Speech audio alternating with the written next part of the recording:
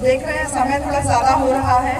और हम चाह रहे हैं कि जो काम हम लोग करने आए हैं, क्योंकि हम केवल भाषण नहीं देना चाहते हैं, ना हम केवल भाषण देने किसी गांव में आते नहीं तो केवल भाषण देना होगा तो कहीं पे भी घूम टहल करके भाषण दे रहे होते। इतनी रात में आप अपना समय निकालते हैं, इतना बड़ा अधिकारी आपके बीच में यहाँ बैठा हुआ है और इतना पूरा डॉक्टर साहब का पूरा परिवार यहाँ बैठा है, डॉक्टर साहब खुद इतना बिजी रहते हैं। ये सारे लोग अगर समय निकाल के आए हैं, आप लोग अपना समय निकाल के आए हैं, तो हमें लगता है कि स्वागत और इन सारी चीज़ों में जो समय वेस्ट होता है उस समय को हम जिस परिवर्तन की लड़ाई के तहत ये कार्यक्रम रखा गया है उसमें इसको हम समाहित कर लिया करें, जिससे कि इसका कुछ परिणाम आगे निकले। एक चीज़ और मैं चाहती हूँ बहन जी, आप लोग स्पेशली, अभी 2-3 दिन पहले की घटना है वाराणसी में, शाम के 7 बजे के आसपास गंगा आरती होती है डेली वाराणसी में। गंगा आरती देख करके एक लड़की तो 10 दिन में हम 30 गांव कर सकते हैं और 10 दिन में जब 30 गांव कर लेंगे तो 15वें दिन हम 30 गांव को मिला करके एक बड़ा कार्यक्रम कर सकते हैं।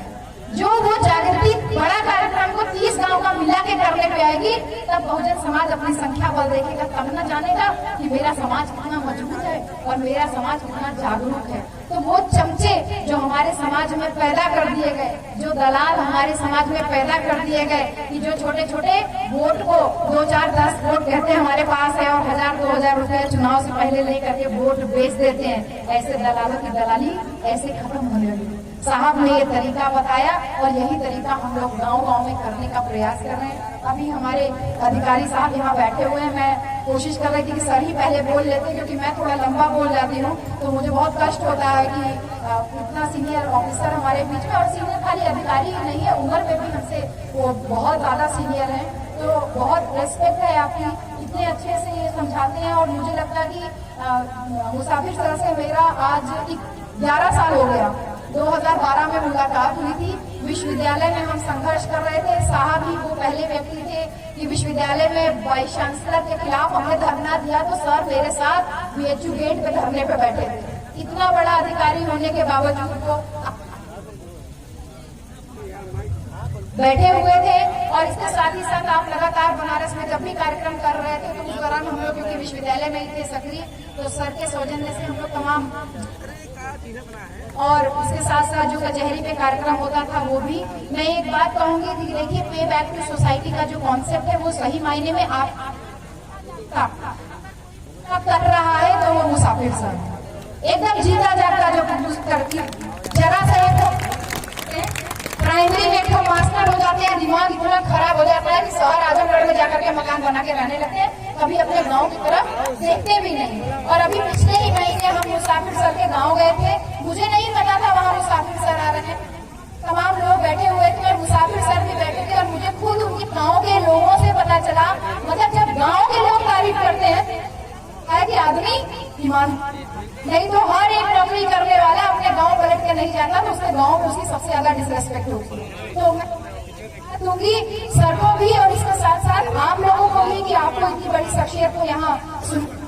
रहा है। और सर से मैं विनती भी करूंगी कि 2 साल में सर रिटायर हो जाएंगे तो ये जनता आपके साथ में है, आप खुले तौर पे आप मैदान में आइए, हम आपके साथ में है, हम पीछे पृष्ठभूमि तैयारी कर रहे हैं और कहते हैं कि समाज का एक नेता, एक चेहरा बन करके आप लोगों के बीच में रहे, क्योंकि आप तन मन धन से लगे हुए हैं, आपने पूरी जिंदगी डेडिकेट कर ही दी है संगठन के माध्यम से। तो जो आप कर रहे हैं कर्मचारियों के साथ में, इसके साथ ही साथ इतनी रात में किसी गाँव में समय कोई अधिकारी मुझे नजर उठाती हो तो कोई भी अधिकारी इतने खुले तौर पे किसी भी मंच पे बैठा हुआ नजर नहीं आता। तो मैं पूरा धन्यवाद करूंगी सर को भी और ये पूरी टीम को भी जिन्होंने सर को यहाँ बुलाया और हम सबको इतना बड़ा जो है सर से बातें सीखने का मौका मिलेगा। मैं आप लोगों से अनुरोध करूंगी कि देखिए, जो बात मैं कह रही हूँ कि हम गांव-गांव कैडर करने के लिए तैयार हैं, अब आपको तय करना है कि आप हमको कितना एक्सपेक्ट कर सकते हैं, यानी हमारा कितना इस्तेमाल कर सकते हैं इस पूरी गर्मी की छुट्टियों के दौरान। बाकी सैटरडे संडे में तो हम आपके बीच में रहते ही रहते हैं। तो मेरे भाइयों, ये समय बहुत क्रूशियल है, आपके राष्ट्रीय प्रतीक के साथ में छेड़छाड़ हो चुकी है और इसके पहले अमर जवान ज्योति जो कि इंडिया गेट पे थी उसको शिफ्ट करके नया वॉर मेमोरियल बना करके उसको एकदम एक तरीके से बिल्कुल नीचे गड्ढे में ले जाकर के इस तरीके से वहाँ पे स्थापित किया गया है। तो अमर जवान ज्योति को इतना पीछे है तो वहाँ देखने ही नहीं जा पाए। जबकि अमर जवान ज्योति जब इंडिया गेट के नीचे जाती थी तो कोई भी था कि देखिए वो लोग पलक जो उसकी सिक्योरिटी में लगे रहते हैं उनकी पलक पर नहीं झपकती है। तो